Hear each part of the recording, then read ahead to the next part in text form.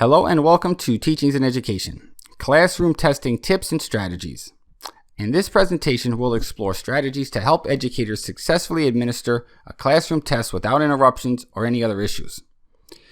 Now, when giving a big exam, teachers can write the start time and remaining times on the whiteboard.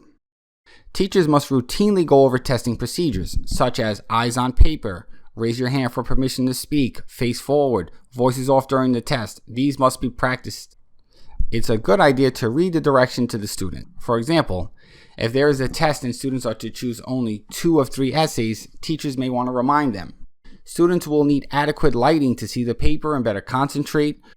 Turn all the classroom lights on. Also, keep the room at a comfortable temperature, not too hot or not too cold.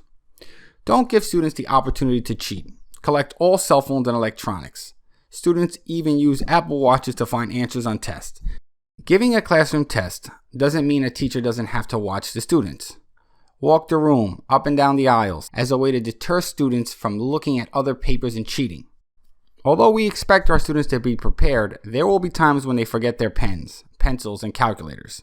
So have extra supplies on hand for those students in need. Before giving an exam, be sure to space the desks out in a way where it's most difficult for students to cheat. This also sets the tone for the test. During the longer exams, like finals and midterms or standardized tests, consider bringing in snacks for the students. The body and brain will need nourishment for optimal functioning. This may sound obvious, but don't give the answers away. It devalues the test. Students will continue to ask questions, even beg for the answers in some cases. Don't give it to them. Be on the lookout for cheating. Okay, there are always new and inventive ways that students will find. You have to be really proactive. Teachers should respond to student questions when asked. However, students are not to break the silence of the test. Make them come up individually in order to avoid making disruptions. If a particular student continues to make a disruption, that student should be immediately removed from the classroom. If you do not remove the student, the behavior will likely get worse. Some students are going to finish the test earlier than other students. In that case, teachers should have extra work available for those students to complete. With social distancing, hybrid learning, and the pandemic, online testing is often necessary. Students must be taught procedures for this type of online testing setting. Educators should try their best to start on time. Yes, there will be distraction, but you want to get the test moving. Wasted time is time that can be used for instruction and learning, so get these tests going.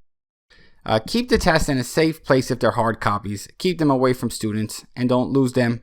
For electronic tests, create a folder for those tests. Lastly, you must pay attention. So many times I see teachers doing online shopping at their desk or browsing on their phone during a test. You need to have a presence during the test, and classroom testing isn't a time to hang out. Anyway, right now I want to say thank you for your time. Check the description for links to resources on classroom testing. Don't forget to subscribe to this channel, hit the like button, and please share. I'll see you soon.